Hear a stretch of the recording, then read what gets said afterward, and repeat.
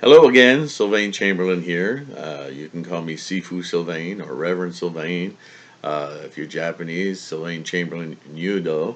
Um, that's up to you. I'm just a human being. You can just call me Sylvain or Sir. We don't live in an age that respects elders anymore, but um, anyway, I leave it to you. As long as it's genuine and kind, I will respect. I will respect you anyway. But in light of our conversation, one sided as it may be, I've been practicing again, as I said in the first part. 27 years I've been studying Buddhism in general, particularly a focus on Nichiren Buddhism, and here's why. Uh, in other words, why, excuse me, why not Theravada? Why not, you know, why not others? Um,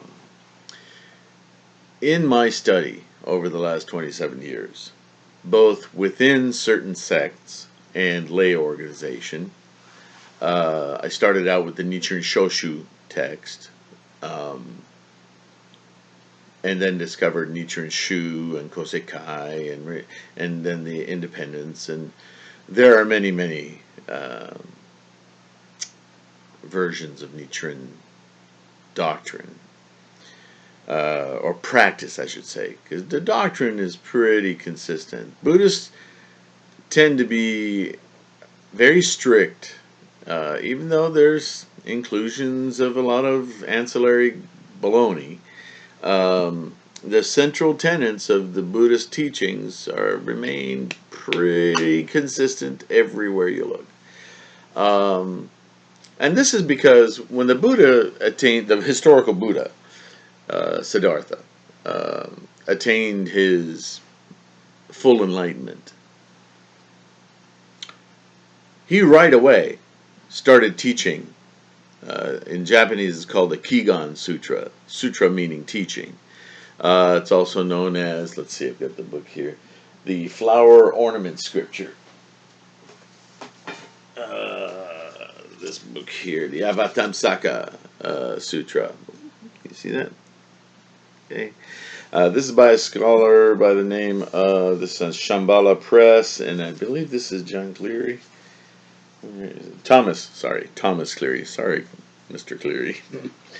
um, and being a modern Westerner who's been studying a lot of scholarship on Buddhism, and if you have spent some time, I went to Santa Barbara and Berkeley and online, spent a lot of time with the University of Hawaii. Very big religious studies and Asian studies programs in those schools. I've done a lot of research along the scholarship of Buddhism's history, not so much the sects. Found out about the sects and different aspects of the sects and history and lineage and all that through the scholarship. Again, repeating myself, but I'm a skeptic, always have been. So I want to know for myself. I don't want somebody telling me and going, "Oh, okay, I'll just do that." And then, if that's how you are, that's fine. I'm not critiquing that. I'm just saying for myself, that's my karma. Okay. Um, One thing that becomes true, and this I'll pick up where I left off with part one. Buddhist teachings are the teachings of Buddha.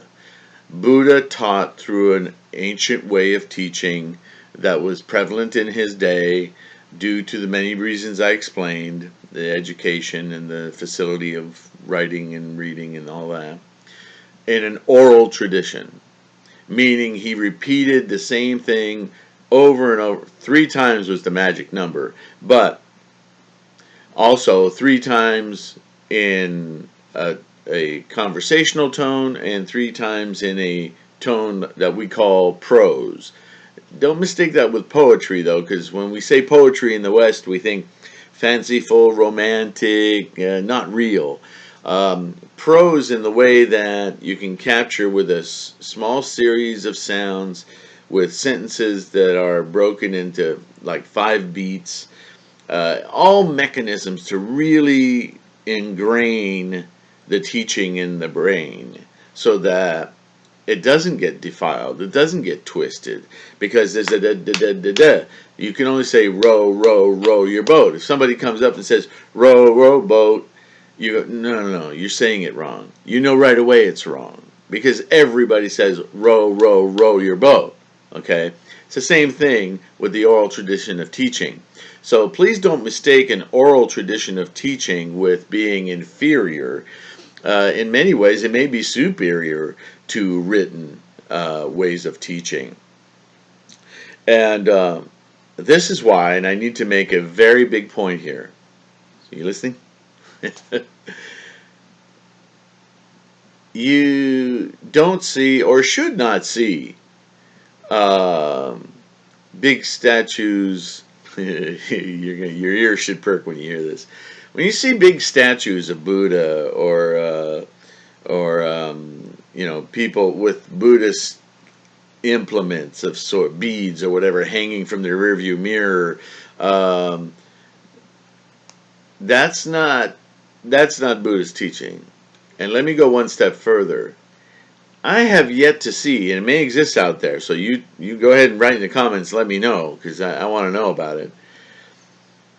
I have yet to see a Buddhist evangelist with a television program or a television station telling you whatever, teaching you Buddhism on the air and blah, blah, blah. I know I'm transgressing that a little bit here on YouTube. I'm not doing it to try to extort anything from you. I'm trying to teach in the best way I know how. And this is just one thing I want to answer. So you won't see me do this as a regular program, or there's no element of entertainment here or trying to garner fans or any of that. I'm strictly putting out this one video to answer this big question. A lot of people have, and frankly don't necessarily have access to or trusted access to the right information. So first of all, I want to give you confidence. I want to congratulate you for being a questioning human being. To be discerning is very, very Buddhist at its root. But here's what I want to say. Buddhism, in the Buddha's own teachings, is about a life-to-life connection. It's about learning Buddhism from another human being. The human connection is essential to Buddhism. So read what you will about Buddhism. Please do. The Buddha said, read broadly, study broadly, focus intimately. Buddhism is about training our minds to understand and to awaken to the real mechanisms that control our lives and bring us happiness, sadness, whatever.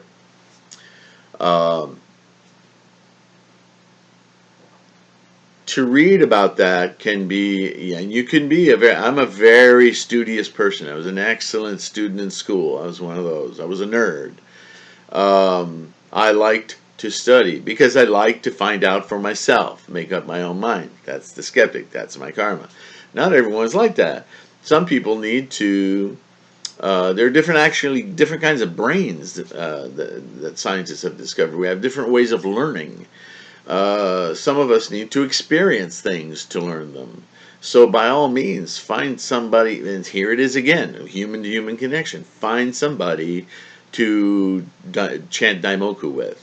Find somebody to talk to about it. And that's all I'm trying to offer. Maybe this video is for the disenfranchised. I don't know. Maybe it's for me to hear myself say these things. It's kind of sad. But a lot of us in this world today are very isolated with our equipment. And we don't make human-to-human contact very often. And if we do it, again, very skeptically. So you won't be hearing a whole much more from me. I just want to finish this one thought to help you, to engage you. It helps me to understand my own path in Buddhism. But Buddhism is not about what you read or what you write. It's about how you think and your connection with sentient beings, other people, because that other people are your mirror in life. Your environment, if you want to know what's going on in your life, look at what's going on around you. If you have a tendency to go be critical of all the things around you, understand that those things that you're critical of are coming from you. They are you. And that's hard to grapple with. Buddhism isn't an easy practice because it's 100% self-reflective. You're responsible for everything. There's nothing to blame it on. There's nothing to say you're a victim of. It's just your life. You have to embrace the stuff that's not so good about yourself and figure out how to use it. And it will change. It will change, guaranteed. That's how life works. So Buddhism is a really hardcore, straight-ahead manual on how to live a happy life. And living a happy life is kind of courageous because you got to face some things about yourself that, and we're really good at avoiding the stuff we don't like about ourselves. You got to deal with it. It's not up to anybody else. It's not up to anyone else to tolerate it, and it's not up to anyone else to change it. There's no golden force in the world, universe, wherever that's going to come and go, you're all better. It's all on you. So Buddhism is real simple that way. And there are teachers, as you research, look up the name Nagarjuna, N-A-R-G-A, Nargar, yeah, N-A-R-G-A-R-J-U-N-A, Nagarjuna. See, what happens during history, this is thousands-year-old teachings, right? So once it starts getting written down, it travels to another country or another state, look at the U.S., and some guy reads it there, or some gal reads it there and goes, yeah, that's kind of like when I do this. Or I kind of, oh, that reminds me of what we do here, only it's a little different. And they start to color the original teaching with what they know. And they're trying to do a good thing, but they're really starting to shift the focus of the critical teaching. Nagarjuna was one of those teachers who came along a few hundred years later and said, look, you guys, you totally missed the point on this. And he was really strict. He goes, da da da da da da. Buddha said this, and Buddha said this, and Buddha said this. If he said these 30 things, then you can't avoid that he said this, not what you're saying.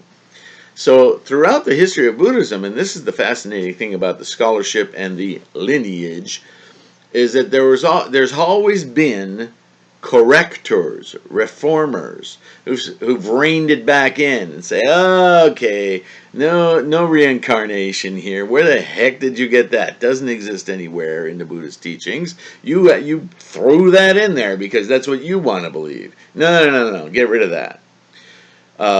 That's a really amazing thing. There is no other philosophy teaching in the world where consistently over hundreds and thousands of years there have been scholars who have been venerated by other scholars in debate, live debate, and proving that you're full of crap. This is the real thing. This is a Buddha teaching. You're clouding it all up with this stuff. He would have never said that. That's an amazing thing. It's one of the things I really respect about Buddhism. And yet, there are going to be those who learned the early forms of the teachings that went down through Burma and the lower continent of India that just shut their minds off once they got all that to deal with and went, whoa, this is everything. And then when later teachings started to come down there, they just said, we don't believe that. Nah, we're just going to stick with what we know. And so you have like the Theravada canon, which only believes in the first initial teachings of Buddha. But here's the problem, is Buddha taught to the people's capacity, to what they understood.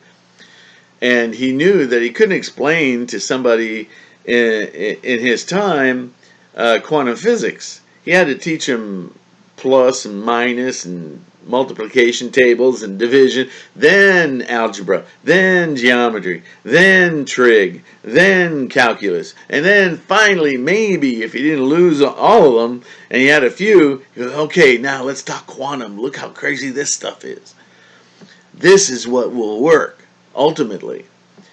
But there's still some people out there who got to algebra and thought, I don't need to know any more than this, right?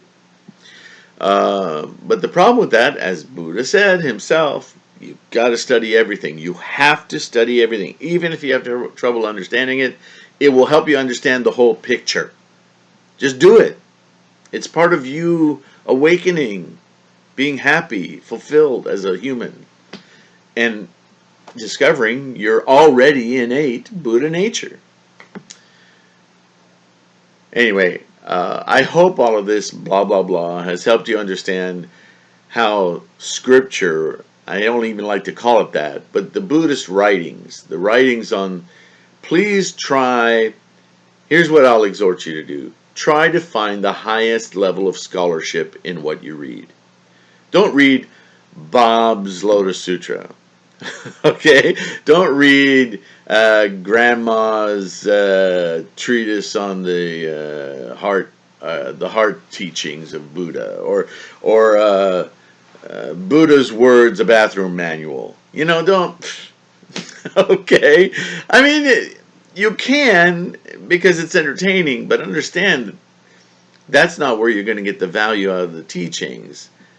Make that an ancillary thing. It's kind of like having cake. If all you do is eat cake, you'd get sick.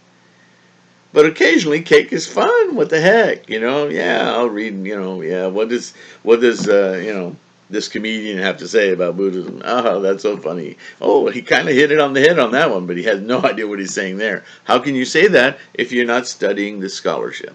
So please, study broadly, study everything.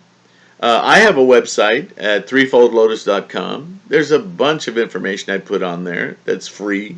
The whole Lotus Sutra is on there. A couple of translations, actually. My own answers to things. But don't rely on that. You know, use it as a tool to help you investigate. That's all. That is part of my Buddhist practice. It's called Soju. I'm trying to help you learn. Because there's nothing more valuable in life than understanding your own mind and your own life, and how incredibly valuable and precious every breath you take is. Your life is important. Thank you for listening to me. I had to say this because I hear this question all the time about, are those really Buddha's words? What do they mean? I hope this clarified that a little bit for you, and or at least inspired you to ask me some questions. So please add questions, comments, email me at threefoldlotus at hotmail.com, or get a hold of me through my website at threefoldlotus.com. And I just wish you the best results in your Buddhist practice. All right? Namu Myoho Renge Kyo. Have a great day.